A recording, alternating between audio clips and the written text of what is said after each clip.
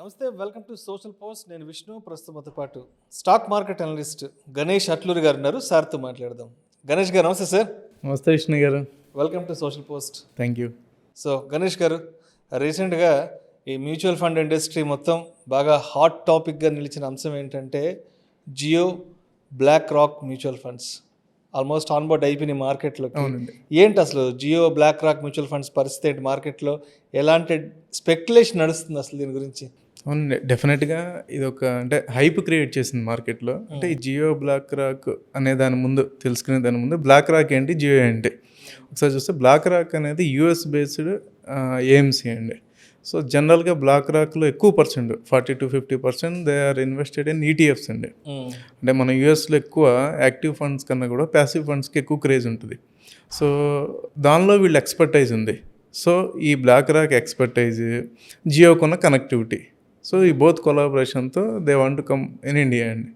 So ఈ జియో అనగానే మనకు సాధారణంగానే కాంపిటీషను, తర్వాత కొంచెం ఇండస్ట్రీ డిస్రప్షను ఇలాంటివన్నీ మనం చూసాం కాబట్టి సో డెఫినెట్గా ఇది బజ్ అయింది, కొంచెం హాట్ టాపిక్ అయింది. ఓకే, అసలు జియో, బ్లాక్ రాక్ వాళ్ళు ఇద్దరు అంటే వీళ్ళ కొలాబరేషన్ వెనుకున్న మెయిన్ ఆబ్జెక్టివ్ ఏంటి? అండ్ బ్లాక్ రాక్ వాళ్ళు రిలయన్స్ జియోని ఎందుకు వాళ్ళ పార్ట్నర్గా, బిజినెస్ పార్ట్నర్గా ఎంచుకున్నారు? బ్లాక్ రాక్ అనేది ఇప్పుడు కదండి, 2008లోనే డిఎస్పితో కొలాబరేట్ అయింది. 10 years వాళ్ళ జర్నీ నడిచింది. 2018లో వాళ్ళు డిస్కనెక్ట్ అయ్యారు. అప్పుడు బ్లాక్ రాక్ అండ్ డిఎస్పికి ఉన్న పర్సంటేజ్ చూస్తే 40:60. సో వాళ్ళు లెఫ్ట్ అయ్యేటప్పుడు వాళ్ళు చెప్పింది ఏంటంటే, మాకు డెసిషన్ మేకింగ్ పవర్ లేదు కాబట్టి మేము ఎగ్జిట్ అవుతున్నామని. ఇప్పుడు వీళ్ళు 50-50 కొలాబరేషన్లో వస్తున్నారండి.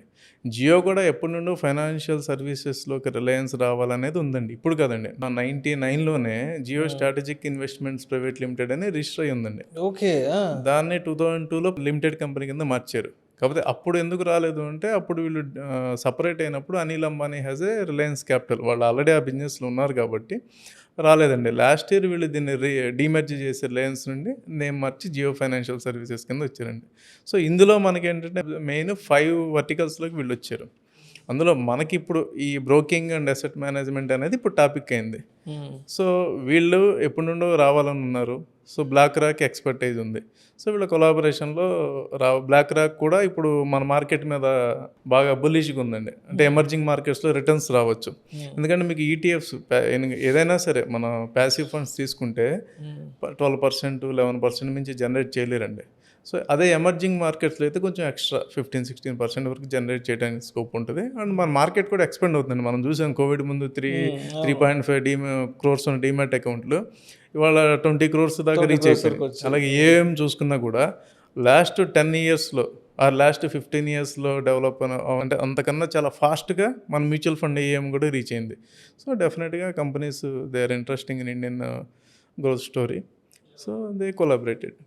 సో ఇప్పుడు ఆల్రెడీ మ్యూచువల్ ఫండ్స్కి సంబంధించి ఎప్పటి నుంచో ఇండస్ట్రీ బాగా మార్కెట్లో బాగా కాంపిటీషన్ని ఫేస్ చేస్తుంది. చాలా పెద్ద పెద్ద కంపెనీస్ అన్నీ ఉన్నాయి. ఆల్మోస్ట్ నెలకి దగ్గర ఒక 30,000 కోట్ల రూపాయల వరకు ఎస్ఐపి పెనిట్రేషన్ ఇండస్ట్రీలోకి వస్తుంది. ఆల్రెడీ మార్కెట్లో చాలామంది ఇక్కడ మార్కెట్ని శాసిస్తున్నారు కదా. సో ఇప్పుడు ఈ జియో, బ్లాక్ రాక్ కాంబినేషన్లో వచ్చిన ఈ మ్యూచువల్ ఫండ్స్ అనేవి ఇప్పుడున్న మార్కెట్ని ఎలా ఎదుర్కొనగలవంటారు? లేదంటే మిగతా వాళ్ళని సైడ్ చేసి వీళ్ళు ఏదన్నా మళ్ళీ మార్కెట్ని శాసించే అవకాశం ఏదైనా ఉందంటారా? మార్కెట్ని శాసిస్తారని అయితే నేనైతే అనుకోవట్లేదండి. ఎందుకంటే 47 ఏఎంసీస్ ఉన్నాయి మన ఇండియాలో, ఫండ్ హౌసెస్. అండ్ మన హెచ్డిఎఫ్సి లాంటివి చూసుకుంటే 25 years దగ్గర అయిపోయింది ఆ ఫండ్ స్టార్ట్ చేసి కూడా. అంటే వాళ్ళు 80 లక్షల కోట్లకి రీచ్ అయింది ఇండస్ట్రీ. సో అయితే ఇప్పుడు వీళ్ళు ల్యాండ్ చేసినవి కూడా చూసుకుంటే, అంటే మనకి డెబిట్ ఫండ్స్ 3 ల్యాండ్ చేశారు. లిక్విడ్ ఫండ్ అని, ఓవర్ నైట్ ఫండ్ అని, కూడా మార్కెట్ ఫండ్ ఒకటి ల్యాండ్ చేశారు. ఇప్పుడు కొత్తగా 4 ఇండెక్స్ ఫండ్స్కి అప్రూవల్ వచ్చింది. సో ఆ ఇండెక్స్ ఫండ్స్లో కూడా నిఫ్టీ నెక్స్ట్ 50 ఒకటి వచ్చింది. Nifty mid cap 150 index fund, Nifty small cap 250 index fund, and 4th one is a debit index fund 18 to 13 years G securities fund. So ఇక్కడ చూసుకుంటే మనం ఇవన్నీ కూడా ఇండెక్స్ రిప్లికానేనండి. ఇక్కడ ఏది కూడా యాక్టివ్ ఫండ్ లేదు. అండ్ ఇంకోటి ఏంటంటే, మన మ్యూచువల్ ఫండ్ ఇండస్ట్రీ చూసుకుంటే, ఒకటి ఈ మ్యూచువల్ ఫండ్ ఇండస్ట్రీ అనేది 2 పారామీటర్స్ మీద డిపెండ్ అయి ఉంటుందండి. ఒకటి రిటర్న్స్, రెండోది డిస్ట్రిబ్యూషన్ చూసుకుంటే Zerodha, grow and enjoy wealth, ఈ 3 largest distributors in mutual fund అండి. అయితే ఇప్పుడు వీళ్ళు వచ్చిన ఫండ్స్ వీళ్ళు డైరెక్ట్ ఫండ్స్కి వస్తున్నారండి. సో అండ్ ఇంకోటి యాక్టివ్ ఫండ్స్ అనేది మనం ఎక్కువ లైక్ చేస్తాం. మన ఇండియన్స్ ఎక్కువ రిటర్న్స్ ఎక్స్ట్రా ఇస్తారు కాబట్టి యాక్టివ్ ఫండ్స్ లైక్ చేస్తాం. ఇక్కడ ఇండెక్స్ ఫండ్స్లో ఫండ్ మేనేజర్కి ఏ ఆప్షన్ ఉండదు. ఏదైతే రిప్లికా ఆఫ్ ఇండెక్స్ ఉందో అదే తీసుకోవాలి. అండ్ హిస్టారికల్గా మనం చూసుకున్నా కూడా ఈ ఏవైతే ఇండెక్స్ ఫండ్స్ ఉన్నాయో ఈ బెంచ్ మార్క్ని బీట్ చేస్తే చాలా తక్కువ అండి. సో వీళ్ళు అంత డిస్టర్బ్ చేస్తారని అయితే నేను అనుకోను. రెండోది ఏంటంటే మన ఇండస్ట్రీ అంటే ఇప్పుడు మనం చూస్తే చాలా ఏఎంసీస్ వాళ్ళు వెనకబడిపోయినాయి. కొత్త ఏఎంసీలు వస్తున్నాయి, అవి రిటర్న్స్ బాగా చూపిస్తున్నాయి.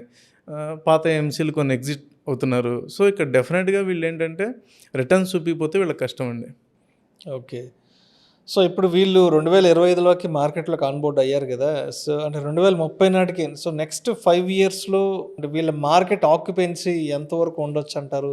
సో ఎక్కడ చూడొచ్చు మనం వీళ్ళ గ్రోత్ని నెక్స్ట్ 5 ఇయర్స్ తర్వాత? అంటే కాంప్రహెన్సివ్ జియోని తీసుకుంటే 5 బిజినెస్ వర్టికల్స్ అండి. అందులో లెండింగ్ ఉంది, డిజిటల్ పేమెంట్స్ ఉంది, లోన్స్ ఉంది, బ్రోకింగ్ అండ్ ఏఎంసీస్ ఉంది. కాంప్రహెన్సివ్గా తీసుకుంటే లోన్ ఏరియాలో వీళ్ళు ఎక్కువ పెనిట్రేట్ అవ్వగలరండి. అండ్ ఏఎంసీ తీసుకుంటేనండి ఏఎంసీ బిజినెస్ అనేది లో మార్జిన్ బిజినెస్ అండి. ఇప్పుడు మనం ఎస్బీఐ తీసుకున్నాం. ఎస్బీఐ తీసుకుంటే దగ్గర 12 లక్షల కోట్లు వాళ్ళు మేనేజ్ చేస్తున్నారు రఫ్లీ. తర్వాత ఐసిఐసిఐ 9 లక్షల కోట్లు, హెచ్డిఎఫ్సి 8 lakhs crores మెయింటైన్ చేస్తున్నారు. అండ్ మనం ఎస్బీఐ ఐసిఐసిఐ తీసుకుంటే మన దగ్గర డేటా ఉండదు, ఎందుకంటే పబ్లిక్ లిస్టింగ్లోకి రాలేదు కాబట్టి. హెచ్డిఎఫ్సి తీసుకుంటే వాళ్ళు మెయింటైన్ చేసేటువంటి ఏఎంసీ ఏదైతే ఉందో దాని మీద వాళ్ళు రెవెన్యూస్ అంటే ప్రాఫిట్ ఇచ్చింది 2,500 కోట్లు. ఒకటి. 2 వీళ్ళు లాంచ్ చేసిన ఫండ్స్ అన్నీ కూడా ఇండెక్స్ ఫండ్స్, డెట్ ఫండ్స్. వీళ్ళ యొక్క ఎక్స్పెన్స్ రేషియో తీసుకుంటే 0.03, 0.02 ఉందండి. 17,800 కోట్ల మీద 0.03%, 2% ఎంత వస్తుందండి? Very less.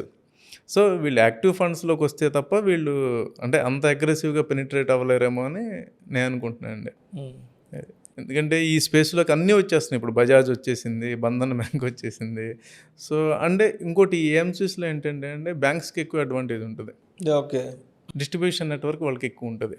సో మరి ఇప్పుడు అంటే సెబీ వైపు నుంచి కంప్లైన్సెస్కి సంబంధించి అప్రూవల్స్ అంతా ఎలా ఉన్నాయంటారు? అంతా డెఫినెట్గా వస్తాయండి. అప్రూవల్స్ విషయంలో వీళ్ళకి ఏం ప్రాబ్లం ఉండదండి. ఓన్లీ ఏంటంటే మెయిన్ ఇంకా they are waiting for loans and other digital payment approvals waiting అండి. వీళ్ళ ఎయిమ్ కూడా 2030 అన్నారు కదా, వీళ్ళ మెయిన్ ఎయిమ్ కూడా లోన్స్లోనే అండి. అంటే retail loans, corporate loans. So వీటి మీద ఎక్కువ ఫోకస్ ఉందండి వాళ్ళకి. సో ఇప్పుడు వీళ్ళు మ్యూచువల్ ఫండ్స్లో కొత్తగా వచ్చారు కాబట్టి సో ఒక ఇన్వెస్టర్ అనేవాళ్ళు జియో బ్లాక్ రాక్ మ్యూచువల్ ఫండ్స్ని పిక్ చేసుకోవాలి అంటే ఇన్వెస్టర్ వైపు నుంచి తప్పనిసరిగా ఎటువంటి ఫ్యాక్టర్స్ని కన్సిడర్ చేయాలి అంటారు? వీటిని కనుక నేను చూస్ చేసుకోవాలి అనుకుంటే డెఫినెట్గా రిటర్న్స్ మనం వెయిట్ చేయాల్సి ఉంటుందండి. సో రిటర్న్స్ వచ్చేదాకా అంటే వెంటనే స్విచ్ ఓవర్ అయిపోకుండా అసలు వీళ్ళు పోర్ట్ఫోలియోస్ ఎలా వెళ్తున్నారు, ఏటికి ఎక్కువ వెయిటేజ్ ఇస్తున్నారు, ఏ సెక్టార్స్ ఎక్కువ వెయిటేజ్ ఇస్తున్నారు అనేది మనం చూసుకోవాల్సి ఉంటుందండి. మేబీ వాళ్ళు కాంపిటీషన్లో ఎక్స్పెన్స్ రేషియో కొంచెం తక్కువ ఆఫర్ చేయొచ్చామో అది మనకి పెద్ద ఉపయోగం ఉండదండి. ఎక్స్పెన్స్ రేషియో కొంచెం 0.25% ఎక్కువ ఉన్నా కూడా బెస్ట్ పెర్ఫార్మెన్స్ చేసిన ఫండ్స్ ఉన్నాయి. సో డెఫినెట్గా అది మనం చూసుకోవాలి. ఫండ్ మేనేజర్ ఎవరు అసలు మెయిన్ ఇక్కడ మనం చూసుకోవాల్సిన ఫండ్ మేనేజర్ అండి. ఈ మాట ఎందుకంటే వైట్ వర్క్ కొత్తగా వచ్చినప్పుడు పీపుల్కి తెలియదండి పెద్దగా, కానీ వైట్ వర్క్ మిడ్ క్యాప్ అనేది వాళ్ళు బెస్ట్ పెర్ఫార్మర్.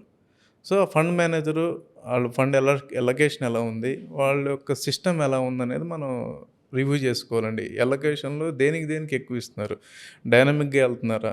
ఇప్పుడు మనం పరాగ్ పారిక్ ఫండ్ తీసుకున్నాం. పరాగ్ పారిక్ ఫండ్ చాలా లిమిటెడ్గా వెళ్తారండి. ఒక 20-25 స్టాకులు పెట్టుకుంటే దే డోంట్ చేంజ్, వాళ్ళు ఒక మోడల్లో వెళ్తారు. సెలెక్ట్ చేసుకునేటప్పుడే చాలా పారామీటర్స్ని వాళ్ళు కన్సిడర్ చేసుకుంటారు. క్వాంటమ్ మ్యూచువల్ ఫండ్ ఉంది, they are like a traders. వాళ్ళు రైడ్ ఏదైతే వాళ్ళకి బూమింగ్ సెక్టర్ ఉందో అందులోకి వెళ్తారు, వాళ్ళు ఎగ్జిట్ అయిపోతారు. సో ఇవన్నీ కూడా మనం పరిగణలోకి తీసుకోవాలండి. అది రిలయన్స్ని చూస్ చేసుకుంది. వీ నీడ్ టు వెయిట్ అండి. రైట్. అయితే ఇప్పటికే ఎన్నో మ్యూచువల్ ఫండ్స్ వాళ్ళు ఏంటో మార్కెట్లో వాళ్ళ ఆక్యుపెన్సీ ఏంటి, వాళ్ళ పెర్ఫార్మెన్స్ ఏంటి, వాళ్ళకున్న క్లయింట్ బేస్ ఏంటి అనేది ఇప్పటికే చాలామంది ప్రూవ్ చేసుకున్నారు కదా. సో మరి ఇప్పుడు వీళ్ళు మ్యూచువల్ ఫండ్స్లోకి వస్తున్నారు కాబట్టి ఏంటి అంటే వీళ్ళ వైపు నుంచి ఉన్న ఆ యూనిక్ ఫ్లేవర్ ఏంటి వీళ్ళ మ్యూచువల్ ఫండ్స్లో అసలు? అది అంటే మనం ఇప్పుడు వరకైతే ఇండెక్స్ ఫండ్, డెట్ ఫండ్ వరకైతే వీళ్ళ స్పెషాలిటీ ఏం లేదండి, రెగ్యులర్గానే. అండ్ ఇంకోటి ఏంటంటే వీళ్ళంటూ ఏం చేయడానికి ఉండదు ఇక్కడ. Everything is and SEBI regulated. ఎంత అలాట్ చేయాలి, లార్జ్ క్యాప్ ఫండ్స్లో అయితే ఎంత అలాట్ చేయాలి, మిడ్ క్యాప్లో అయితే ఎంత అలాట్ చేయాలి, క్యాష్ ఎంత బ్యాలెన్స్ పెట్టుకోవాలి. సో ఇవన్నీ కూడా రెగ్యులేటెడ్ ఇండస్ట్రీ అండి. అన్లైక్ అది జియో ఉంది, వాళ్ళకి చాయిస్ ఉంది. వాళ్ళు ఏమైనా చేయగలరు, అంటే ప్రైస్ బ్యాండ్ తగ్గించగలరు, ఇవన్నీ చేయగలరు. ఇంకోటి ఏంటంటే జియో ఉంది, సర్వీస్ మనకు నచ్చల, సిమ్మే కదండి, పోర్ట్ పెట్టుకుంటాం వెళ్ళిపోతాం. ఫినాన్షియల్ సర్వీసెస్లో అలా కాదు కదండి, ట్రస్ట్ అనేది ఇంపార్టెంట్. లేదు వీళ్ళు లోన్స్కి వెళ్తే, లోన్స్ ఇప్పుడు ఆల్రెడీ మీకు చూసుకుంటే 100 బ్యాంకుల పైన ఉన్నాయి, ఎన్బిఎఫ్సిస్ ఉన్నాయి, ఫిన్టెక్ కంపెనీస్ ఉన్నాయి. వీటన్నిటిని దాటుకుని వీళ్ళు ఇంకేం ఆఫర్ చేస్తారు? లోన్ అయితే తక్కువగా ఆఫర్ చేయలేరు, అన్సెక్యూర్డ్ లోన్స్ ఇవ్వాల్సి వస్తుంది, లేదా ఎన్పిఎస్లు పెరగచ్చు. సో ఇవన్నీ కూడా మనం చూడాలండి, ఎలా వెళ్తారు అనేది కొంచెం మనం వెయిట్ చేస్తే కానీ చెప్పలేం. But this is not disruptive అండి, మేబీ కొంచెం అవేర్నెస్ పెరగచ్చు, కొంచెం అవేర్నెస్ పెంచేటువంటి పరిస్థితి ఉండొచ్చు, అంతే తప్ప డిస్రప్ట్ అవుతుందని అయితే నేనైతే అనుకోనండి. Right right. సో కన్క్లూజన్గా, సో ఓవరాల్గా ఏంటి అసలు what next with the Jio BlackRock mutual funds? కన్క్లూజన్గా మన ఆడియన్స్కి ఏం చెప్తారు? కొంత మనం వెయిట్ చేయటం మంచిదండి. అంటే వాళ్ళు యాక్టివ్ మనకి జనరల్గా మన ఇండియన్ కల్చర్లో ఎక్కువ యాక్టివ్ ఫండ్స్ ప్రిఫర్ చేస్తారు, మిడ్ క్యాప్ కానీ స్మాల్ క్యాప్ కానీ ప్రిఫర్ చేస్తారు. సో వాళ్ళు ఇంతవరకు ఆ సెగ్మెంట్లోకి రాలేదు. వచ్చిన ఇండెక్స్ ఫండ్స్ ఏదైతే ఉన్నాయో, ఇండెక్స్ అనేది మిమ్మిక్కే కదండి, వీళ్ళు చేయడానికి ఏమి ఉండదు, కాబట్టి వెయిట్ చేయడం బెటర్ అండి. Okay okay. సో కొంత టైం వరకు వెయిట్ చేసి దాన్ని బట్టి మార్కెట్లో వీళ్ళ ఆక్యుపెన్సీ ఏంటి, వీళ్ళ పెర్ఫార్మెన్స్ ఏంటి అనేది చూసి ఇన్వెస్ట్ చేసుకోవడం బెటర్ అంటారు. అంతేనండి, ఇమీడియట్గా స్విచ్ ఓవర్ అవ్వాల్సిన కరెక్ట్ కాదండి అసలు. ఫస్ట్ మనం చూడాలి కూడా, ఎందుకంటే మార్కెట్లో వాళ్ళ కొత్త ఫండ్స్ చాలా వస్తున్నాయండి. ఇప్పుడు దగ్గర దగ్గర 400 పైన ఫండ్స్, 47 ఏఎంసీస్ ఉన్నాయి. సో ఏది పెర్ఫామ్ చేస్తుంది ఏంటనేది మనం చెక్ చేసుకోవాలండి. మనం చూసాం క్వాంట్ ఎంత స్పీడ్గా గ్రో అయిందో, వాళ్ళ క్వాంటిటీ సఫరింగ్.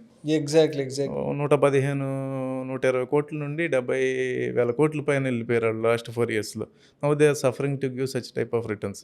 సో ఇలాంటివి ఏంటంటే కొంచెం మనం వెయిట్ చేయాలండి. సో అంటే మార్కెట్లో కొత్త ఫండ్స్ వచ్చాయి కదా అని చెప్పి వెంటనే ఓవర్ ఎక్సైట్మెంట్ అయిపోకుండా వాటికి కొంత టైం ఇచ్చి మార్కెట్లో వాళ్ళ పెర్ఫార్మెన్స్ ఎలా ఉంది ఏంటి, అసలు ఓవరాల్గా ఇండస్ట్రీలో టాక్ ఎలా ఉంది ఏంటి అనేది ఒకసారి అన్ని గమనించుకున్న తర్వాత ఇన్వెస్ట్ చేసుకుంటే మంచిది అంటారు. అంతే sir. Right sir. Thank you sir, thank you so much Ganesh garu. Thank you అండి.